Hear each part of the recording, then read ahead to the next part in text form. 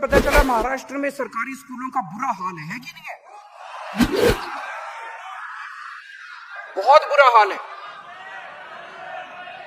पहले दिल्ली में भी बहुत बुरा हाल था। दिल्ली में भी सरकारी स्कूलों का इतना बुरा हाल था, दीवारें टूटी पड़ी थी, छत टूटी पड़ी थी, बच्चे आते नहीं थे, आते थे तो 15-20 मिनट 1 घंटा करके घर चले जाते थे, टीचर पढ़ाते नहीं थे। इतना बुरा हाल था और रिजल्ट इतना खराब आता था।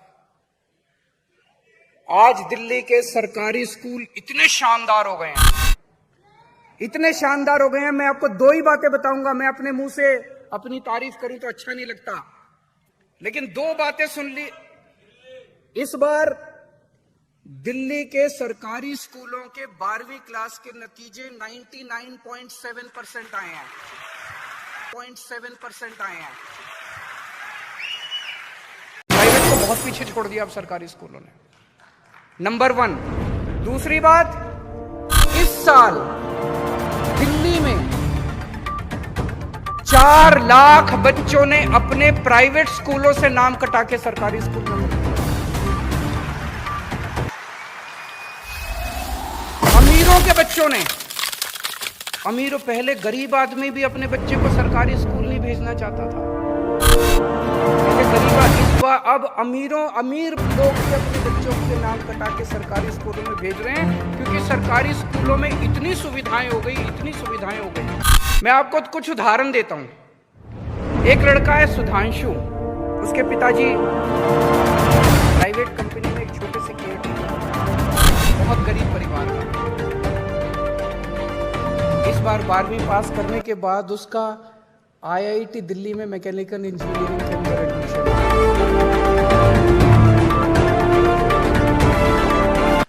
भारत माता की, भारत माता की। माँ जन्म देने वाली माँ है, जिसने हमें पाल पोस के बड़ा किया, और एक माँ उससे भी बड़ी माँ है, हम सबकी माँ, हमारी भारत माँ। तो सबसे पहले उस भारत माँ के सम्मान में सब लोग पूरे दिल से मुट्ठी बंद करके, हाथ ऊपर करके नारा लगाएंगे, इनकलाब, इनकलाब, वंदे वंदे।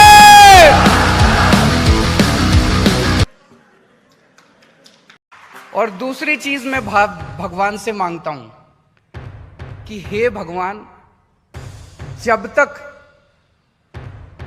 मैं अपने देश को दुनिया का नंबर 1 देश ना देख लूं, मुझे इस पृथ्वी से मत उठाना, तब तक मुझे मौत मत देना। मैं भारत को नंबर 1 देश देखने के बाद ही मरना चाहता हूं, उसके पहले मैं मरना नहीं चाहता। हमें राजनीति करनी नहीं आती, हमें काम करना आता, हमें स्कूल अस्पताल बनाने आते हैं। मैं आज इस मंच के जरिए आप सबको आमंत्रित करता हूं। और दूसरी चीज मैं भगवान से मांगता हूं कि हे भगवान, जब तक मैं अपने देश को दुनिया का नंबर 1 देश ना देख लूं, मुझे इस पृथ्वी से मत उठाना, तब तक मुझे मौत मत देना। मैं भारत को नंबर 1 देश। और दूसरी चीज मैं भगवान से मांगता हूं कि हे भगवान, जब तक मैं अपने देश को दुनिया का नंबर 1 देश ना देख लूं, मुझे इस पृथ्वी से मत उठाना, तब तक मुझे मौत मत देना। मैं भारत को नंबर 1 देश देखने के बाद ही मरना चाहता हूं, उसके पहले मैं मरना नहीं चाहता। हमें राजनीति करनी नहीं आती, हमें काम करना आता, हमें स्कूल अस्पताल बनाने आते हैं। मैं आज पहली बार मुख्यमंत्री बना, 49 दिन के बाद इस्तीफा दे दिया था। भारत क्या, दुनिया के इतिहास में ऐसा कोई वाकया नहीं है कि 49 दिन में आदमी खुद ब खुद CM की कुर्सी छोड़ दे। तो यहां पे सत्ता भोगने और सत्ता पाने के लिए नहीं आए, देश बचाने के लिए आए हैं, देश बनाने के लिए आए हैं।